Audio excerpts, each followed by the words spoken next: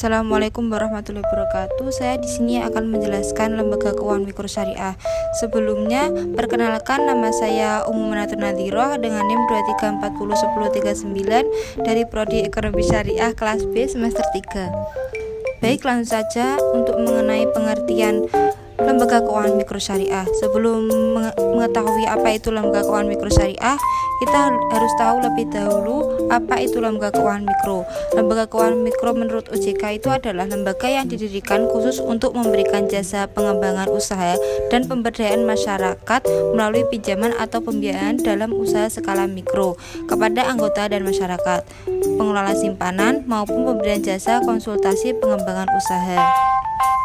Nah, Lembaga Keuangan Mikro Syariah sendiri itu adalah lembaga yang fokus untuk melayani masyarakat yang berpenghasilan rendah melalui penyediaan jasa, simpanan, dan pembiayaan berskala mikro yang berdasarkan prinsip syariah. Kemudian mengenai ayat Al-Quran, dalam Al-Quran ada beberapa ayat yang dapat diinterpretasikan berkaitan dengan Lembaga Keuangan Mikro Syariah, meskipun tidak secara langsung menyebutkan lembaga tersebut. Salah satu ayatnya yaitu terdapat dalam Quran surat Al-Mutaffifin ayat 1-3 tentang keadilan dan kerjasama yang berbunyi Bismillahirrahmanirrahim, wailul lil mutaffifin alladzina idza talu 'alan nasi yastawfun wa idza kaluhum aw wazanuhum yukhsirun, yang artinya celakalah orang yang curang dalam menakar dan menimbang.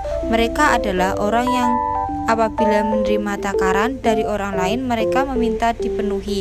Sebaliknya, apabila mereka menakar atau menimbang untuk orang lain mereka akan kurangi. Ayat ini menjelaskan bahwa di dalam simpan pinjam dibutuhkan prinsip kerjasama yang memperhatikan kepentingan semua pihak yang menyangkut pengusaha mikro dan masyarakat yang berpenghasilan rendah. Kemudian mengenai bentuk-bentuk Lembaga Keuangan Mikro Syariah itu dibagi menjadi dua. Yang pertama, Baitul Mal wal Tamil atau bisa disebut dengan BMT. BMT ini terdiri dua istilah, yaitu Baitul Mal dan Baitul Tamil. Baitul Mal itu lebih mengarah kepada usaha-usaha pengumpulan dan penyaluran dana yang non-profit seperti zakat, infak, dan sedekah. Sedangkan Baitul Tamil sebagai usaha pengumpulan dan penyaluran dana komersial. Usaha-usaha tersebut tidak terpisahkan dari BMT sebagai lembaga pendukung kegiatan ekonomi masyarakat kecil dengan berlandaskan syariah. Kemudian yang kedua yaitu KJKS. KJKS di sini yaitu kepanjangan dari Koperasi Jasa Keuangan Syariah. Koperasi Jasa Keuangan Syariah adalah koperasi yang kegiatan usahanya itu bergerak di bidang pembiayaan, investasi, dan simpanan sesuai pola bagi hasil. Kemudian prinsip-prinsip dalam Lembaga Keuangan Mikro Syariah yaitu yang pertama jual beli. Jual beli di sini yaitu transaksi yang dilakukan berdasarkan prinsip jual beli yang adil dan transparan serta tidak melibatkan riba atau bunga. Kemudian kebijakan.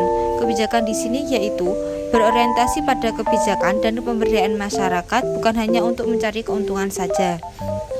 Kemudian kerjasama. Kerjasama di sini memperhatikan kepentingan semua pihak termasuk pengusaha mikro dan masyarakat yang berpenghasilan rendah. Prinsip selanjutnya yaitu fee. Fee yaitu biaya yang dikenakan harus adil dan transparan, tidak melibatkan riba atau bisa disebut tidak melibatkan bunga. Kemudian pembiayaan bagi hasil. Pembiayaan bagi hasil di sini dibagi menjadi dua. Yang pertama yaitu musyarakah dan mudharabah. Musyarakah itu melalui dua pihak atau lebih, melalui kontrak dua pihak atau lebih, dapat mengumpulkan modal mereka untuk membentuk sebuah perusahaan sebagai sebuah badan hukum.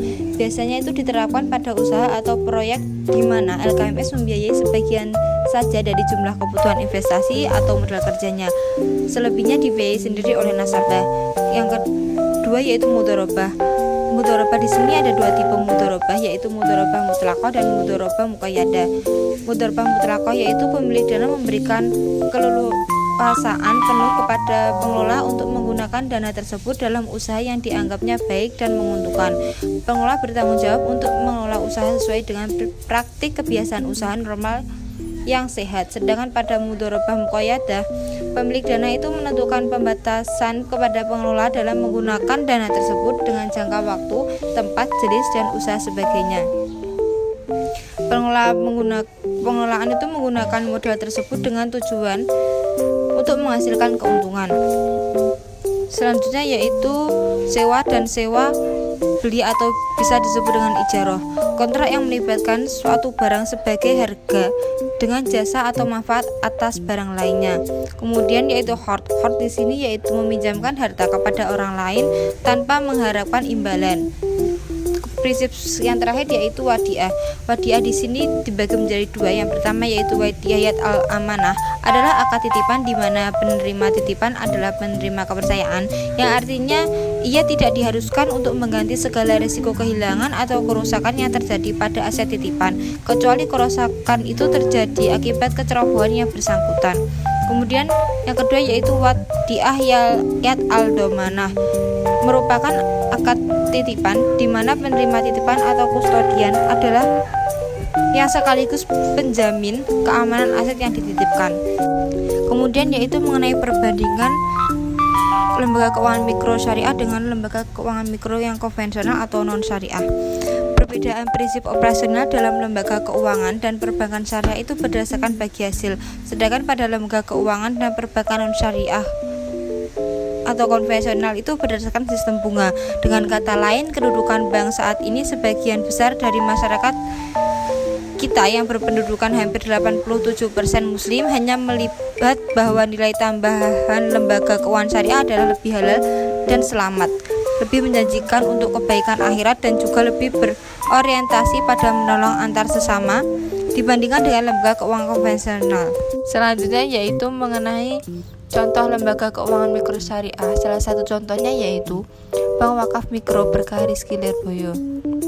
Sebelum mengetahui apa itu Bank Wakaf Mikro Berkah Rizki Lirboyo, kita harus terlebih dahulu mengetahui apa itu Bank Wakaf Mikro atau BWM. BWM ini merupakan lembaga keuangan mikro syariah atau LKMS yang didirikan atas izin OJK atau Otoritas Jasa Keuangan dan bertujuan untuk menyediakan akses pemodalan atau pembiayaan bagi masyarakat kecil yang belum memiliki akses pada lembaga keuangan formal. Nah, Bank Wakaf Mikro Berkah Rizki Lirboyo merupakan salah satu lembaga keuangan mikro syariah yang berada di Kelurahan Campurrejo, Kecamatan Mojoroto, Kota Kediri, Jawa Timur, yang terletak di Pondok Pesantren Lirboyo. BWM Berkah Rizki Lirboyo ini memiliki sekitar 900 nasabah yang merupakan masyarakat di sekitar Pondok Pesantren Lirboyo yang tersebar di 6 desa, yaitu di Kecamatan Mojoroto, Kota Kediri. Ke-6 desa tersebut adalah Lirboyo, Campurrejo, Banjar Kidul, Bandar Lor, Pojok, dan Mijil. Pembiayaan yang diberikan BWM Berkah Rizki Lirboyo dalam upaya memperdayakan masyarakat di lingkungan sekitar pondok pesantren yaitu sebesar Rp1.000.000 setiap pembiayaan modal awal yang disalurkan kepada nasabah dalam bentuk tunai dan menggunakan akad hord. Jumlah total dana yang telah disalurkan kepada masyarakat lingkungan pondok pesantren Lirboyo untuk keberlangsungan usaha mencapai 2,5 miliar jumlah pembiayaan kumulatif. Sekian penjelasan dari saya. Apabila ada kurang paham atau ada kurang lebihnya, saya mohon maaf. Wassalamualaikum warahmatullahi wabarakatuh.